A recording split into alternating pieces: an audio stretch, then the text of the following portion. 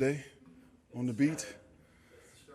All right. Well, I appreciate you not dragging this out like Dan did.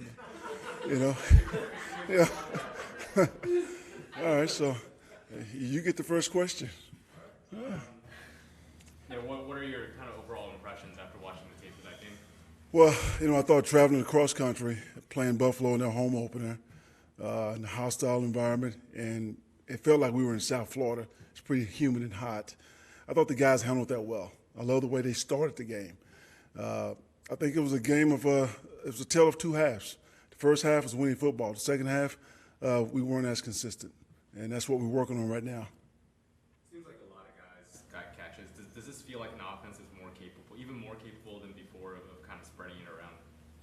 Well, no doubt. I mean, the more guys you get out there that are making plays, and we have a horizontal passing attack, so we're going to spread the defense out and try to get the guys the balls in the right holes.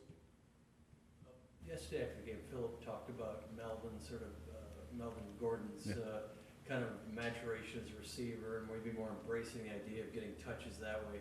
Have you seen that in your time here with Melvin? Yes. I started to see that last year, Jeff. Melvin has excellent hands, and he's a decent route runner, and we're trying to get him more involved in the passing game, and I think you're seeing that in the first couple of weeks. Coach, was there a point during training camp last year when you kind of saw that he was matured as a route runner and doing a better job? Just studying the 216 tape when I got here, I thought, man, this guy catches the ball a little better than what I thought. And then he just kind of backed it up in training camp and the rest of the season. Did he ask for more catches out of the backfield? Or just No, it's our job to put players in position, to make plays, and we feel like this guy can do that as a receiver, especially if it gives us a matchup that we want. Sometimes the best matchup might be Melvin on the linebacker versus Keenan on the corner.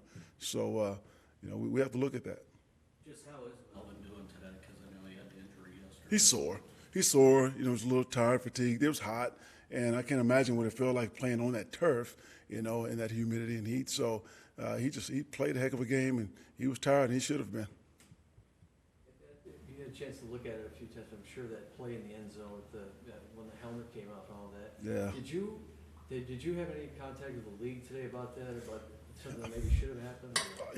I have a pretty good idea of what should have happened, but I want to get clarification. And we have open dialogue with the league.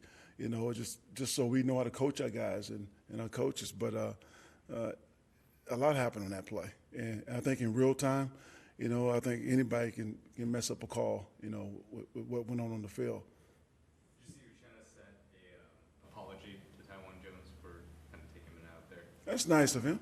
I didn't know he did that, but that's nice. But I mean, Uchenna was just trying to make a play. He had no idea the helmet came off. It happened so fast. The whistle should have been blown. Coach, what did you think of Virgil Green yesterday in the receiving game? Two nice big chunk plays, 25, 23 yards. And we know what he can do as a run blocker. I mean, him and Phillips seem to be getting on the same page. No doubt, and that's what happens with the tight end across the middle of the field when you put threats outside and safety start playing over the top and they leave the tight end wide open behind the linebackers. Virgil's going to get some of those opportunities, if we're successful throwing the ball outside. James has done really well for you guys. What have you kind of seen from him? He's a heck of an athlete, first of all, and he's learning our scheme. So he's playing a lot faster right now. He's playing with more confidence. And as good as he played yesterday, he still could have played better, So he's still growing. He's still learning. And, we're just fortunate to have him. He played a lot of that star position at Florida State, kind of the hybrid linebacker safety deal. How much can you play him at linebacker if you wanted to?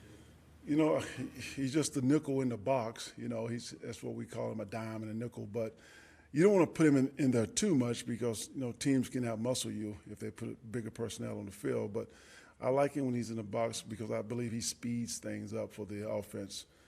He's extremely quick and fast, and he's very aggressive. Just going back to two tight end for a second, with Virgil and Antonio out there, how much do you think that would open up more opportunities for Virgil just because teams might be keying in on Antonio? Oh, absolutely. Antonio he's a Hall of Famer one day, and so he draws a lot of double teams, and that frees up some of the wide receivers as well. Going into a week that we haven't seen here in a while, where you have two LA teams playing each other, two NFL LA teams. Yeah. What do you anticipate, or what, I mean, I know you guys played in the preseason last year, but that's probably not comparable to what we're gonna see this week. You know, right now we're finishing up with our prep on Buffalo. Try to learn from that game, and then we're going to jump right into the Rams. I mean, we've already looked at them a little bit. We had a long flight last night, so we got a head start. But they're a very talented football team, and they have extremely good coaching staff. Wade Phillips, I played for Wade my rookie year in the league. I know what he's like on defense. I know what he brings to that organization with his leadership, and that defense is going to be salty. Sean McVay, I've known him forever. His grandfather was my GM in San Francisco. So Sean has been around this game for a long time. He's had a lot of good mentors, and he's done well on the offense side of the ball. So it's going to be a tough challenge. And even the special teams coordinator, Falsell, you know, he was my ball boy. His dad was offensive coordinator for Wade when I was in Denver, and he was the ball boy running around all the time. So he's grown up around ball all his life. So they have three good coordinators and an excellent head coach. That team's going to be well prepared, and we're going to have our hands full. Does having a road game across town kind of make up at all for losing a home game when it's in London later this year? Well, Just in terms of travel. Oh, not having to- you know, I guess it helps not to travel. You know, we're going to be on a bus, we're going to travel a little bit, but it's kind of like a home game, but it's going to be on their turf. So we're going to go downtown, we're going to stay, we're going to treat it just like it's a away game, and go through our normal away routine.